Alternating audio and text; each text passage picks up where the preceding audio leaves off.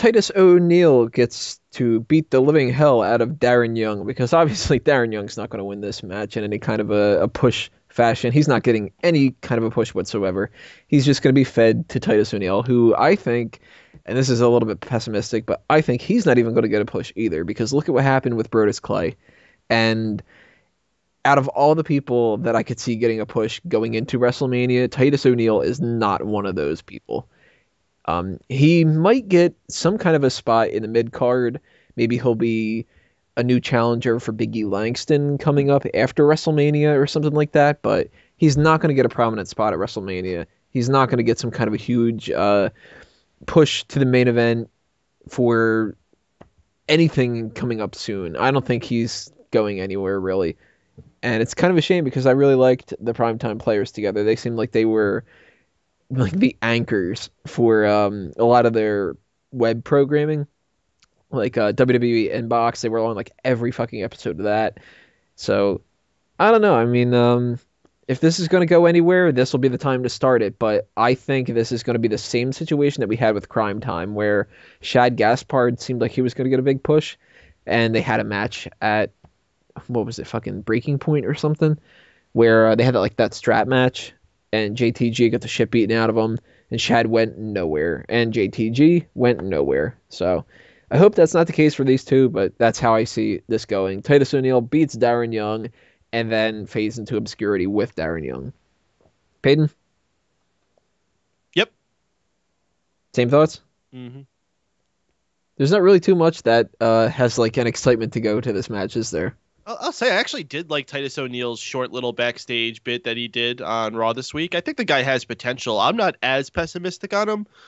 Certainly nothing before WrestleMania. This will probably be all we see of the development of Titus O'Neil, or Darren Young for that matter, before WrestleMania. I would say this summer they can find a spot for Titus O'Neil. He's a really big dude. He has a ton of freaking charisma. I mean, people love doing that hey thing. So. Yeah, I think you could do plenty with a guy like Titus O'Neil. Put him in another tag team if you have to. I mean, I would not let this guy go into complete obscurity. There's a position for that guy. What do you think he could do at WrestleMania? I can't think of a single spot for him. Oh, he'll be the part of the backstage skit they always do. You know, they always do one of those big backstage skits where they have like 20 people involved, and it always ends with Ron Simmons going, "Damn." Yeah, he'll be in that. No, he's going to be an Undertaker Druid. Okay, you can do that too. He's going to face The Undertaker instead of Brock Lesnar. Maybe he'll hang off John Cena's car. I don't know. Wigo, what do you think is going to happen with Darren Young and Titus O'Neil? You pretty much hit the nail on the head. The only thing he's not doing is saying it's my time like Shad Gaspard and be the final nail in his coffin. But it does seem a carbon copy of that. I think it's going to be exactly the same. Neither of these guys are going anywhere. Drew? I just think it's very random how they're doing this right now instead of any other time. And I feel like if they're taking the time to putting this on a pay-per-view, then they've got to be pushing Titus at least somewhat going into Mania. I think that they were looking for another bathroom break. I don't know. Well, this is too random for them to do something like that. It's just that they haven't done anything in months. It's just, why not put Dolph Ziggler or Damian Sandow? I don't think they're that much in the doghouse. There has to be something that's coming out of this besides for this one match. And then Titus and Darren aren't on TV anymore. Darren, I could see not, but I could see Titus getting a push going forward if they're actually making this a match. I've got a theory. Now, we know how JTG's been employed forever, and these guys split up. What about if they keep Darren Young employed forever? Does that mean JTG finally gets fired? I would hope so at this point. I don't see JTG as being any kind of a valuable asset whatsoever. I mean, we always have discussions about, like, well, maybe they're keeping somebody like a Curtis Hawkins around because he is, like, training people or something like that. I can't imagine JTG filling that spot, so I don't know why they've kept him after all this time. They clearly don't value him that much if they're not using him at all. Because even somebody like Drew McIntyre, they found a spot for him in 3MB. But JTG, he hasn't been on WWE TV in, like, 2 years?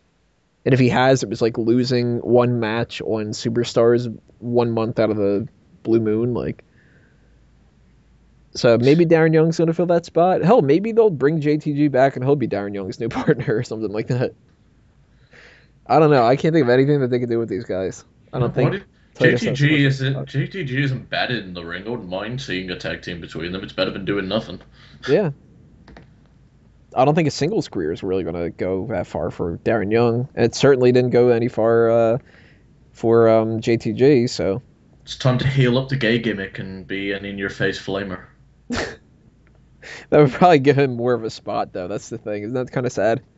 I'm serious. Fucking do it. Drew, Mike, anything you want to add to that? Ooh. Titus O'Neil with Down syndrome? And he goes hard like Kobe Bryant does in a hotel room. I think that's a good enough time to end this part, if any. So we're going to move on to the next part, and we're going to talk about the Intercontinental title match between Big E and Jack Swagger.